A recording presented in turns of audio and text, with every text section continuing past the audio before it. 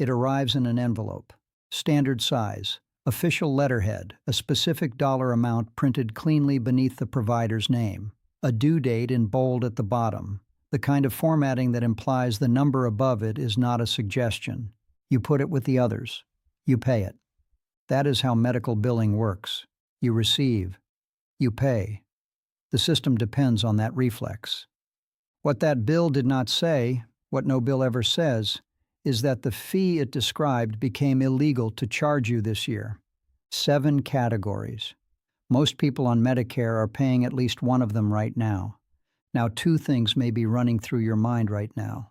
The first, that these are edge cases, bad actors, isolated billing errors from a handful of rogue practices, not something happening at your regular physician's office or the hospital you have used for 20 years. The second, that if something this significant changed in 2026, you would have heard about it. From your plan, from your provider, from the news. Both assumptions are costing people money right now. Here is what is actually happening. The federal government recorded $28.83 billion in Medicare fee-for-service improper payments in the last reporting year alone. That is not a handful of rogue practices. That is a systematic pattern running across thousands of participating providers.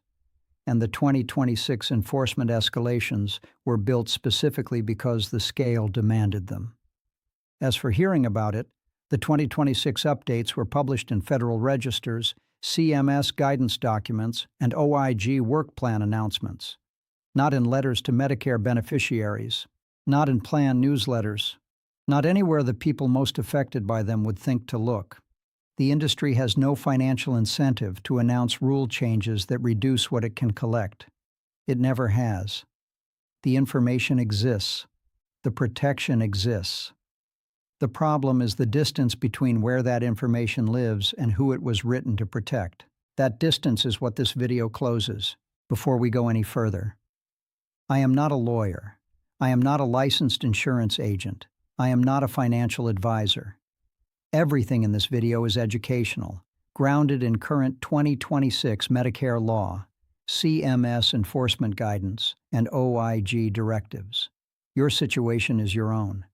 Confirm anything here with a licensed professional or a free SHIP counselor before you act. SHIP counseling costs nothing. Find your local counselor at shiphelp.org. My name is Richard Voss. I spent 18 years inside the policy process that produces these rules. I know how long the gap runs between a rule changing and the people it protects finding out about it. This channel exists to close that gap, starting with 7 fees that shifted in 2026. So why is this still happening? Why would a billing system keep generating a charge that became prohibited this year? Why would a practice keep sending a fee the 2026 OIG guidance explicitly covers? Why would a Medicare Advantage plan keep processing a prior authorization charge that the January rule change addressed? That is not a rhetorical question. It has a real answer, and the answer is uncomfortable. Billing software runs on compliance cycles, not enforcement cycles. When CMS escalates enforcement, when the OIG updates its guidance, when a federal rule goes operational, that information enters a compliance queue, a software update gets scheduled, an implementation window opens, 6 months, sometimes 12. And in that window, in the gap between the rule changing and the system catching up, the charge keeps going out. The rule changed. The billing software did not. The charge kept going out. The senior kept paying. That is not speculation. That is the standard implementation language used in every compliance review session I sat in for 18 years. Now here is the part that should stop you. When a 2026 rule change creates a new billing opportunity for a provider, that information moves through the system immediately. The update is prioritized. The revenue cycle team is briefed, the software is patched. When a 2026 rule change reduces what a provider can collect from you, that update sits in a queue. The asymmetry between what updates quickly and what updates slowly is not random. It follows the money. I sat in compliance review sessions where implementation timelines were discussed in terms of windows, 6 months, 12 months to update the billing system. The conversation was always about operational readiness. Nobody in those rooms was talking about what happened to beneficiaries during that window. I was. Nobody wrote it down. There is no malice in most of this.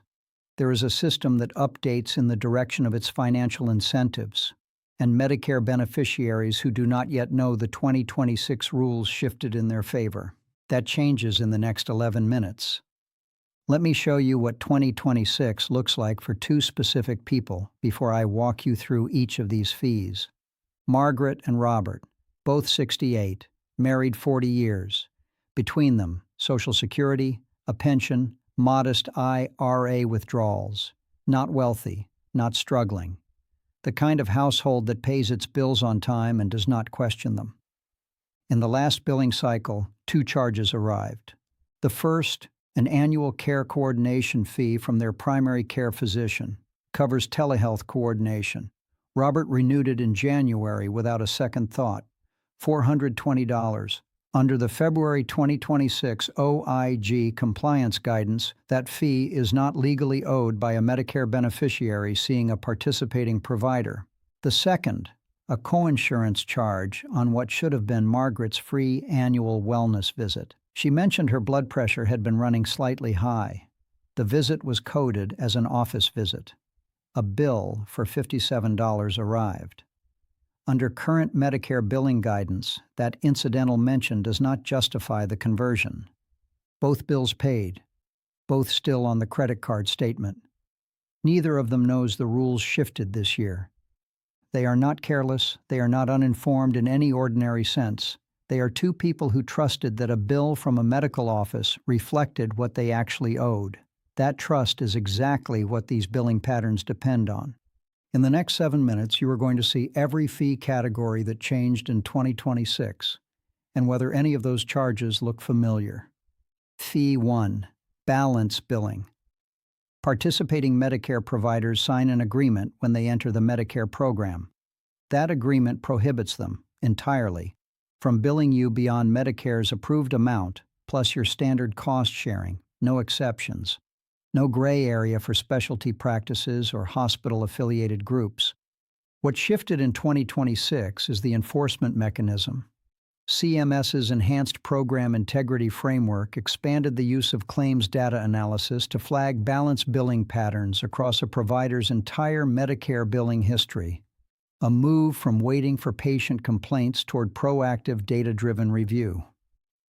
A complaint filed today enters a claims review process, not a passive queue. For a single specialist encounter, an illegal balance bill typically runs between $200 and $800, paid within 2 weeks by most Medicare beneficiaries who receive it. Margaret paid one of these. She did not know her provider's assignment status. The bill looked identical to every legitimate charge she had ever received. She paid it the same day it arrived. If you received a charge beyond your standard Part B deductible and 20% coinsurance on a covered service from a participating provider, call 1-800-MEDICARE. Confirm their assignment status, then file a complaint. Under the 2026 Program Integrity Framework, that complaint now triggers a billing history review. Not a letter, a review. Fee 2, QMB cost sharing. The Qualified Medicare Beneficiary Program eliminates cost sharing entirely for eligible enrollees. No Part A deductible, no Part B deductible, no coinsurance, no copayments for any Medicare-covered service, from any Medicare provider and whether or not that provider accepts Medicaid. Federal law has always said this. What 2026 brings is a program integrity environment where QMB billing violations are being flagged inside the same enforcement framework that is now actively reviewing balance billing, prior authorization abuse, and duplicate charges across the Medicare system simultaneously. The prohibition has never been stronger. The recovery process has never been more clearly defined. A QMB-eligible Medicare beneficiary hospitalized in 2026 may have received a bill for $1,736 in Part A cost sharing, the full 2026 hospital deductible, every cent of which federal law explicitly prohibits and the current enforcement framework requires to be refunded. More than 8 million Medicare beneficiaries, more than 1 in every 8 people on Medicare, are enrolled in the QMB program. Across that population, the volume of prohibited cost-sharing charges being generated and paid in 2026 represents the largest single category of illegal Medicare billing in the country. The law exists. The prohibition is explicit. The federal statute is unambiguous. And in the gap between the law and the people it was written to protect, the bills keep arriving, to the people who can least afford to pay them, to the people who are least likely to know they have the right to fight back. Linda is 71, widowed, QMB eligible for 2 years. She has been paying standard Medicare cost sharing the entire time. Nobody has told her the law prohibits it. The 2026 enforcement framework was built, in part, for exactly her situation. She does not know it exists. Call 1-800-MEDICARE today. Ask 3 questions. Am I enrolled in the QMB program? If yes, what cost sharing was billed to me in 2026, and what is the refund process? Then go to shiphelp.org and find your local SHIP counselor. They navigate this with you at no cost. Let me ask you something directly. Before this video, did you know that federal law explicitly prohibits any Medicare provider from billing a QMB beneficiary for any cost sharing whatsoever, and that more than 8 million people on Medicare qualify for that protection right now? Yes or no in the comments, because I think the answer from most of you is going to confirm exactly why this channel exists. Fee 3. Admin/membership fees. Some physician practices charge an annual fee. They call it a care coordination agreement, a membership, a patient service retainer. The fee covers things like telehealth coordination, chronic disease management communications, e-prescribing facilitation, remote patient monitoring review. The OIG has prohibited double billing, charging separately for services Medicare already covers, since 2004. What the February 2026 OIG Industry Compliance Program guidance did was reinforce and expand that framework in the most significant compliance update in at least 20 years. It now explicitly covers the telehealth and remote monitoring services that became standard in physician practice after 2020 and that a number of practices built membership fee structures around. No gray area, no ambiguity, no carve-out for participating providers.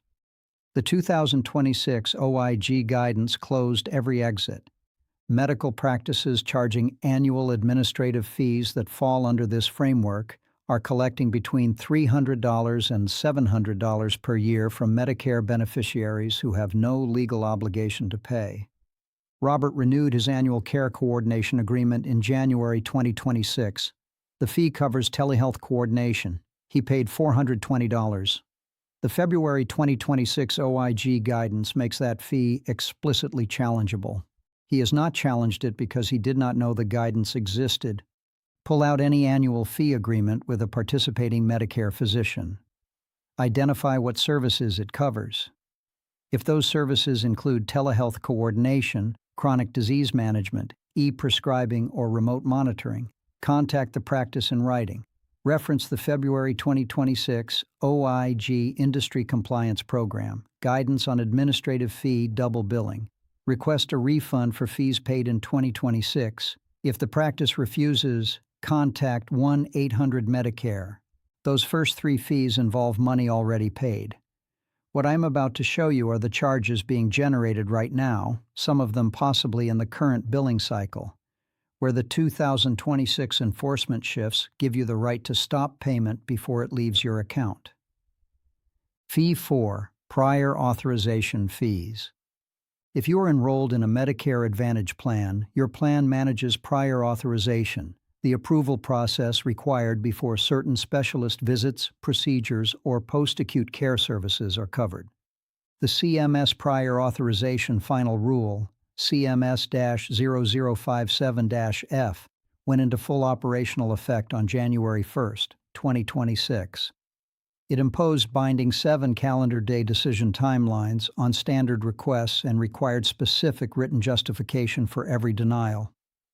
In May 2026, the OIG added Medicare Advantage prior authorization for post-acute care to its active work plan, a formal federal signal of escalating scrutiny on exactly this category.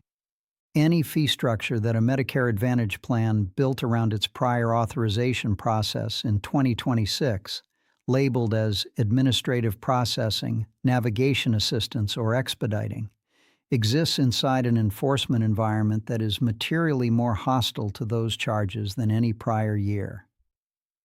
Prior authorization-related fees charged by Medicare Advantage plans in 2026 typically run between $50 and $300 per authorization attempt, small enough that most enrollees pay without filing a grievance, large enough to add up across a calendar year.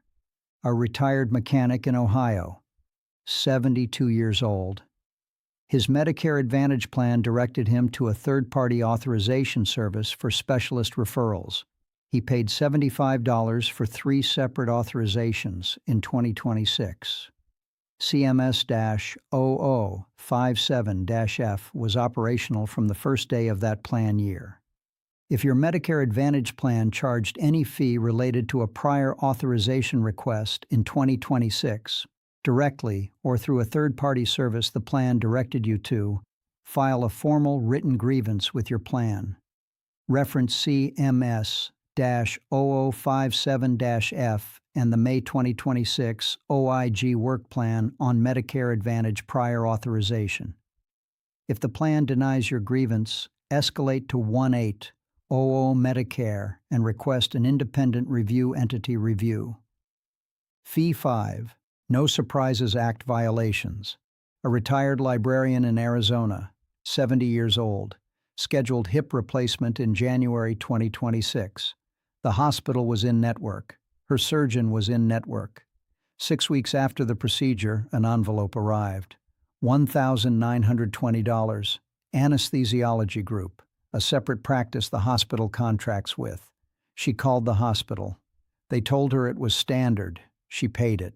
The No Surprises Act made that bill illegal to send her. The No Surprises Act has prohibited surprise billing from out-of-network ancillary providers since 2022. What 2026 brought was a major enforcement overhaul. On May 28, 2026, the federal government finalized a complete restructuring of the NSA enforcement system. A new federal IDR registry, streamlined complaint processing, and administrative fees cut from $115 to $15 per dispute. The message from CMS was explicit. This system is open and operational. Since 2022, CMS enforcement actions under the No Surprises Act have recovered nearly $30 million in direct consumer relief. The single most common complaint, surprise billing for non-emergency services at in-network facilities. Exactly what happened to the librarian in Arizona. The retired librarian in Arizona paid $1,920 for an anesthesiology bill the No Surprises Act made illegal to send her. Every dollar is recoverable. The May 2026 enforcement overhaul exists specifically to process cases like hers. Most Medicare beneficiaries who receive these bills pay them because the specificity of the dollar amount and the institutional letterhead imply legitimacy. Neither validates the charge. If you received a separate bill from any provider involved in emergency or scheduled care, an anesthesiologist, a radiologist, an assistant surgeon, a pathologist, and you did not specifically choose that provider, do not pay before contacting the CMS No Surprises help desk at cms.gov. File through 1-800-Medicare, the same enforcement system that has recovered nearly $30 million in consumer relief since 2022 processes that complaint. Fee 6. Preventive Service Cost Sharing. Medicare covers your annual wellness visit at zero cost. No deductible, no coinsurance, no copayment, every year. The billing code guidance updated through both 2025 and 2026 makes one thing explicit. Any conversion of that free annual wellness visit to a billable office visit requires a separately identifiable documented medical service. An incidental mention of a chronic condition during a wellness visit does not automatically create a billable office visit. Billing departments that auto-convert on any chronic condition mention are violating current guidance. Effective January 1, 2026, CMS redefined billing code G0136 and continued tightening the documentation requirements around wellness visit coding. The burden of justification now sits with the provider, not the patient. A Medicare beneficiary charged 20% coinsurance, or the full $283 Part B deductible, on what should have been a zero-cost annual wellness visit has been billed for a coding decision the current guidance makes significantly harder to justify. Margaret went in for her annual wellness visit. She mentioned her blood pressure had been running slightly high. The visit was coded as an office visit. A bill for $57 in coinsurance arrived. Under current billing guidance, that incidental mention does not justify the conversion. The $57 is challengeable. It is sitting paid on her credit card statement. If you were charged a deductible or coinsurance on a visit you scheduled as a free annual wellness visit, call the provider. Ask specifically how the encounter was coded under the 2026 Medicare Physician Fee Schedule guidance. If the chronic condition discussion was incidental, not the primary reason for the visit, request they review the coding and issue a corrected claim. Fee 7. Duplicate billing. Participating providers are prohibited from billing patients for services Medicare has already paid for. This has always been the rule. What May 2026 added was federal scrutiny specifically targeting whether that rule is being enforced at the refund level. On May 6, 2026, the OIG added a new review to its active work plan examining whether CMS adequately tracks and enforces refunds of deductible and coinsurance amounts when Medicare claims are later adjusted, corrected, or denied. The OIG is now asking, formally as a matter of federal oversight, whether patients who were billed for amounts Medicare subsequently covered are getting their money back. The average duplicate billing incident runs between $100 and $500, below the threshold most Medicare beneficiaries consider worth disputing, and well above the threshold that adds up to billions when multiplied across the Medicare population. Robert paid a $175 follow-up visit bill 3 weeks after a minor procedure. The procedure's global billing period covered that follow-up. Medicare had already paid the provider for it. The bill was indistinguishable from a legitimate charge. He paid it without question. Under the May 2026 OIG Work Plan framework, that payment is now inside an active federal scrutiny window. Before paying any medical bill, cross-reference it against your Medicare summary notice, available at mymedicare.gov or mailed to you quarterly. If you are being billed for a service Medicare already paid for, do not pay. Contact the provider. Reference your MSN. Request the balance be zeroed. If they resist, file a complaint through 1-800-MEDICARE. Under the May 2026 OIG Work Plan, your complaint enters a scrutiny framework with active federal oversight behind it. Now let me show you what all 7 of these have in common. Balance billing, enforcement escalated 2026. QMB cost sharing, federal law, 0 exceptions. Administrative fees, OIG guidance expanded 2026. Prior authorization fees, CMS rule operational 2026. Surprise billing, $30 million recovered, more coming. Preventive visit upcharges, documentation burden shifted 2026. Duplicate billing, OIG scrutiny active May 2026. 7 categories, 7 enforcement shifts, 1 year. Margaret and Robert's combined exposure across all 7 categories runs between $600 and $3,200. And that is 1 couple, 1 billing cycle, 1 year. Here is what connects every one of these 7 fees. In 2026, the federal rules shifted in your favor. CMS escalated enforcement. The OIG updated its compliance guidance. The No Surprises Act entered its most functional enforcement year since it passed. The prior authorization rule went fully operational, and across all of it, the billing software kept generating the same charges.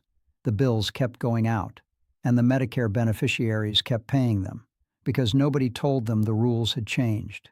Not their plan, not their provider, not anyone in the system with a financial stake in the answer. The 2026 changes are real. They are documented. They are on your side. The only question is whether you know about them. The beneficiary who knows the 2026 rules shifted walks into a billing dispute with federal enforcement behind them. The beneficiary who does not know pays the same charges they paid last year, because last year's bill looked exactly like this year's. The rules are different now. The bills are not.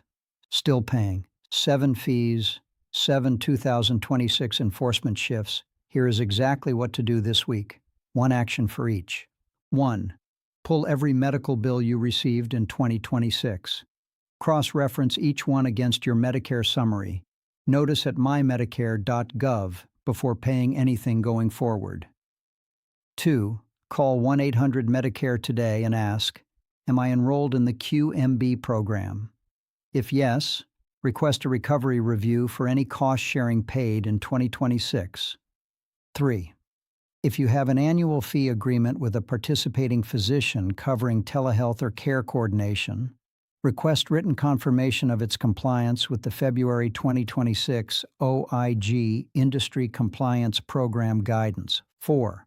If your Medicare Advantage plan charged any fee related to a prior authorization in 2026, file a written grievance referencing CMS-0057-F and the May 2026 OIG Work Plan on Medicare Advantage Prior Authorization. 5. For any bill from an ancillary provider in emergency or scheduled care, contact the CMS No Surprises help desk at cms.gov before paying. 6. For any preventive visit that generated a bill in 2026, call the provider, request the specific billing code used, and challenge any wellness to office conversion under the current documentation standard. 7. For any bill that duplicates a service already on your Medicare summary notice, file a complaint through 1-800-MEDICARE under the May 2026 OIG Active Review Framework. That bill I described at the start of this video, the one that looked like every other bill. The due date printed in bold, the official letterhead, the specific dollar amount that implied obligation. You now know exactly which of these 7 categories to check it against, and what shifted in 2026 that may make it illegal to pay. The 2026 enforcement shifts I covered today did not come with a notification to Medicare beneficiaries. They never do. This channel tracks them so you do not have to. The next update that shifts the rules in your favor is already in a federal register somewhere. I will find it before your next billing cycle. Which of these 7 2026 shifts did you have no idea about before this video? Drop the number in the comments, 1 through 7. The one that comes up most is the next full video. And one more, are you already on Medicare or are you approaching 65? That answer shapes every video I produce for this channel. Someone you know is on Medicare and paid a bill this year that the 2026 enforcement shifts now challenge. They just do not know it yet. This video is 12 minutes. It may be worth more than that to them. And if you want to understand exactly how to read your Medicare summary notice, the document that lets you catch every one of these charges before you pay, that video is right here.